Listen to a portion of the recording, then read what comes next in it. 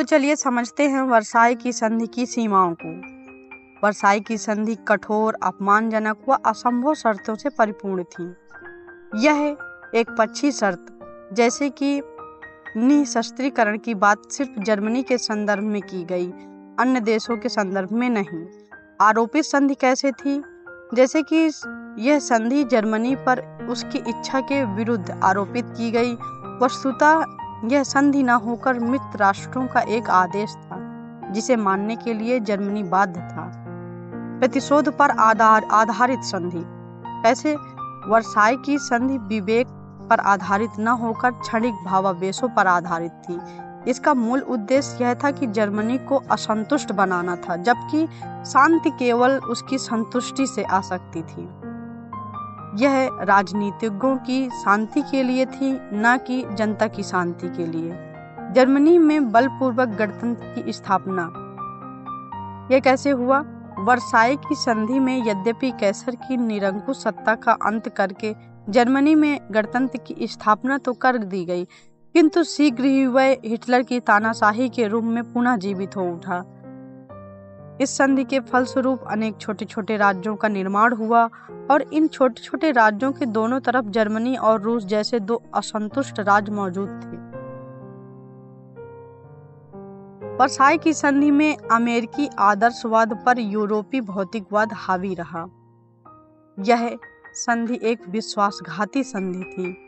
इस संधि की शर्तें तय करते समय मित्र राष्ट्रों ने उन वचनों का पालन नहीं किया जो विल्सन के 14 सूत्री कार्यक्रम में निहित थे।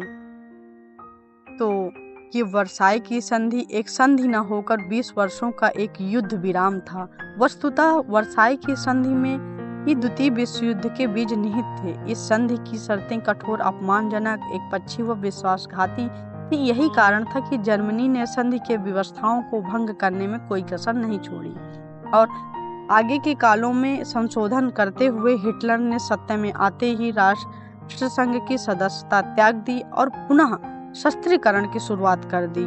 संधि के प्रावधानों को भंग कर दिया। 1936 में हिटलर ने राइनलैंड में जर्मन सेनाएं भेजकर संधि के एक अन्य उपबंध को भी दफन कर दिया। क्या है फांसीवाद?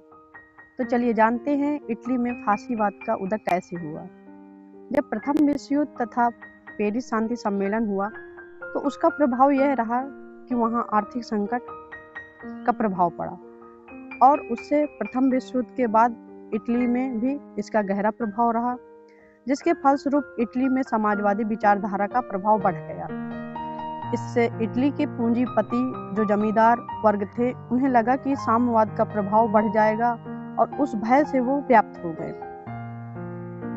आगे जानेंगे कि राष्ट्रीय अपमान कैसे हुआ। पेरिस शांति सम्मेलन में इटली की मांगें पूरी न हो सकी, इस कारण वहां के राष्ट्रवादियों में गहरा असंतोष व्याप्त हो गया।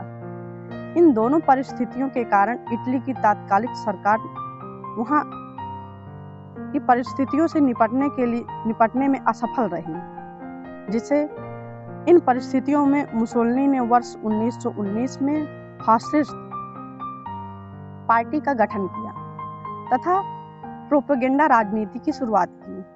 अपने विचारधारा को उसने फैलाना शुरू कर दिया। अब देखते देखते मुसोलिनी की इस राजनीति के सकारात्मक परिणाम निकले कि उसे अंततः वहां का प्रधानमंत्री बनाया गया।